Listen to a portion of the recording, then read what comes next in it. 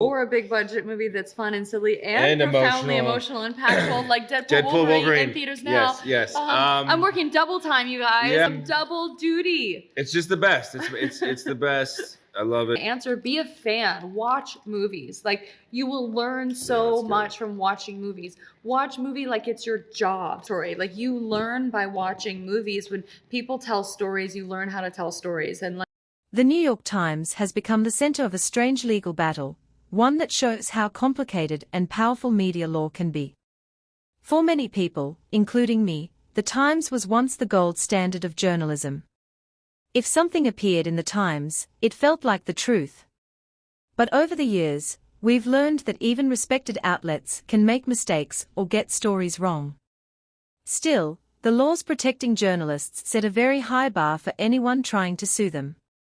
These laws exist for a reason: to protect freedom of speech and the freedom of the press, two of the most important rights in any democracy.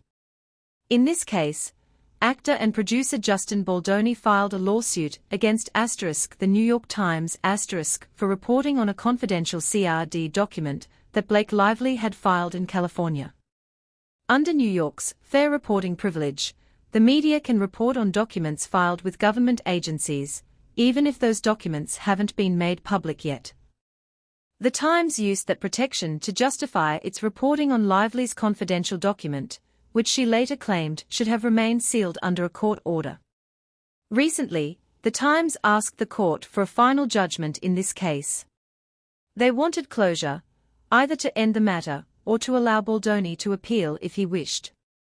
Once a final judgment is issued, they could ask for attorney's fees and possibly move on.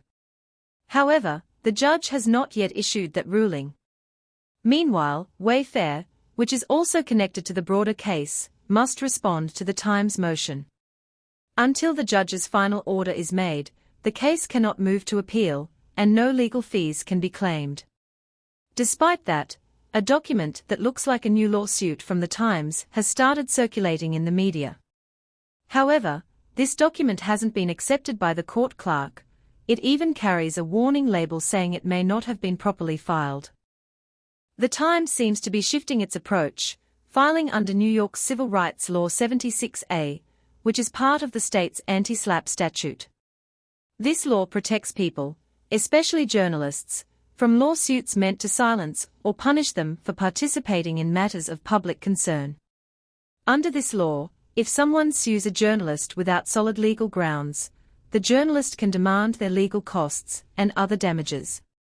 The Times argues that Baldoni and Wayfair's lawsuit lacked a strong factual or legal basis.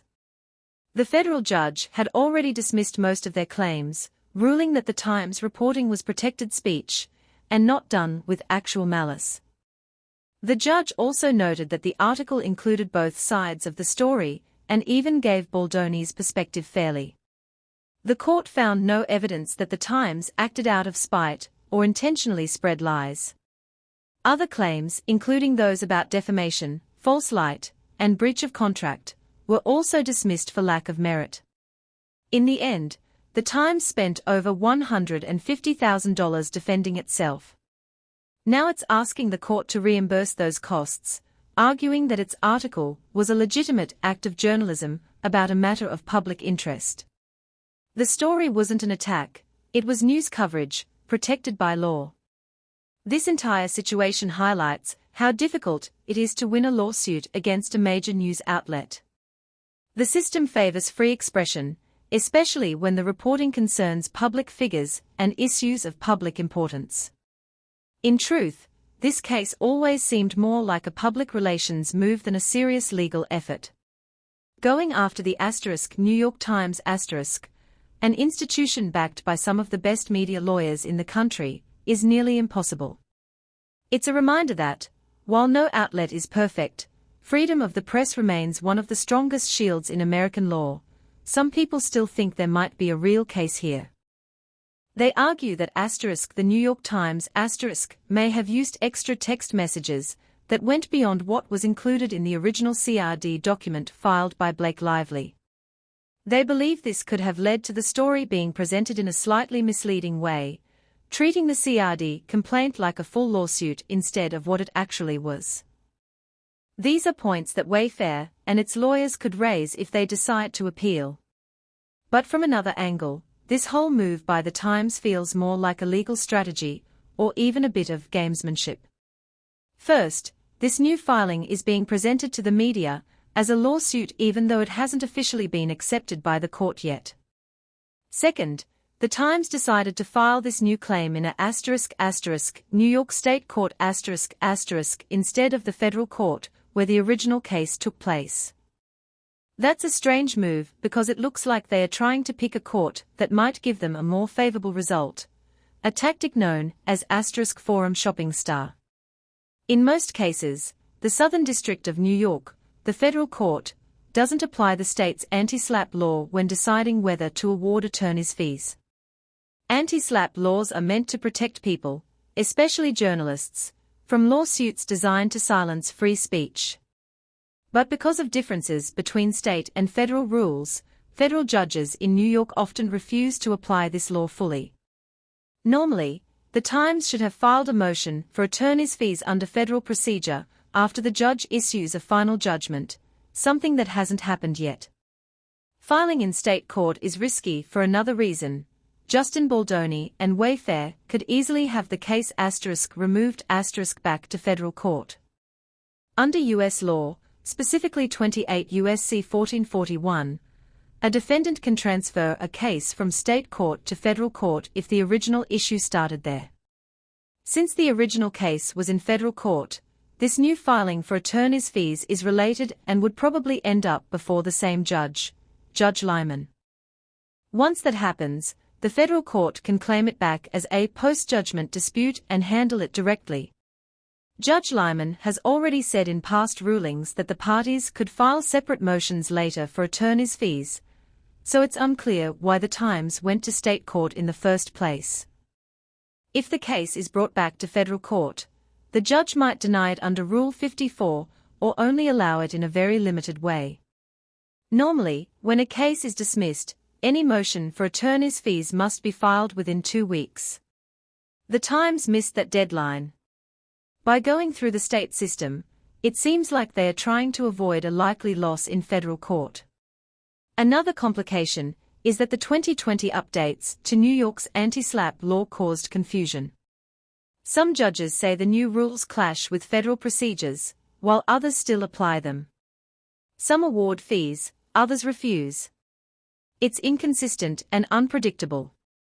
So even if the Times tries to recover legal costs under these rules, it's a gamble. Judge Lyman himself has previously denied anti-SLAPP fee requests in similar cases, stating that the law didn't apply in federal court. Based on that, the Times could be wasting time and money pursuing this approach, chasing an outcome that the judge has already rejected before. Ultimately, this entire maneuver looks less like a strong legal step and more like a risky attempt to gain ground in a complicated and uncertain legal battle. The New York Times is trying to convince the state court that the lawsuit against them continued without any real legal or factual foundation. They are claiming that the other side had no solid reason to pursue it, and that the judge already considered the case weak. However, that's not exactly what happened. In reality, the judge never said the lawsuit was meritless. When he dismissed the case, he didn't say it lacked all basis. He simply ruled that most of the reporting was legally protected and that the claims of actual malice weren't proven. That's very different from saying the lawsuit was baseless. In the original case, the judge had also denied similar requests for attorneys' fees from people like Ryan Reynolds and Leslie Sloan. He allowed them the option to renew their request later, but only if new information came up that proved the lawsuit had been filed without real grounds. This shows that the judge is very careful and tends to avoid awarding fees unless the situation is extreme. He prefers not to take a position on things like anti-SLAPP fees unless it's absolutely necessary. Instead, he often relies on clearer legal principles, such as fair reporting privilege, which protect journalists when they report on official documents or matters of public interest. The *Times* now seems to be using the argument that since the case was dismissed, they should automatically be entitled to legal fees. But the judge didn't say that. His dismissal was based on limited grounds, mainly that the article was protected and not malicious, and he never declared the plaintiff's lawsuit frivolous. Essentially, the *Times* is trying to reinterpret his decision as if he had said the entire case was worthless, when he didn't. This might explain why the *Times* has gone to a state court instead of the same federal court where the original case was heard. The federal judge, Judge Lyman, has a history of refusing to grant attorneys' fees unless the case is exceptionally unreasonable. The *Times* may believe they have a better chance in state court, where the anti-SLAPP laws are stronger. But since the case began in federal court, Wayfair and Justin Baldoni could easily move it back there. Once it's back in Judge Lyman's hands, he could simply deny the request again, just as he has done before. The reality is that this move feels premature and somewhat risky. The *Times* might be trying to avoid another loss by changing courts, but that could backfire. If the case gets sent back to Judge Lyman, he might see this as unnecessary legal maneuvering.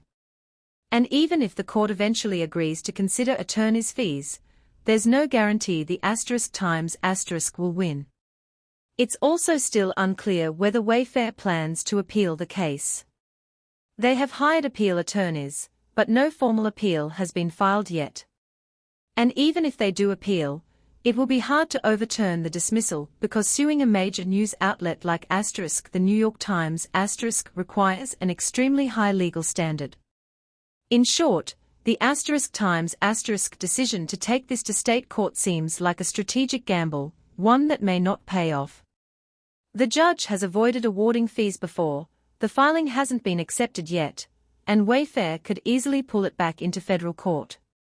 The whole situation feels more like a tactical chess move than a confident legal claim, and one that could end up wasting time, money, and credibility rather than achieving any real victory.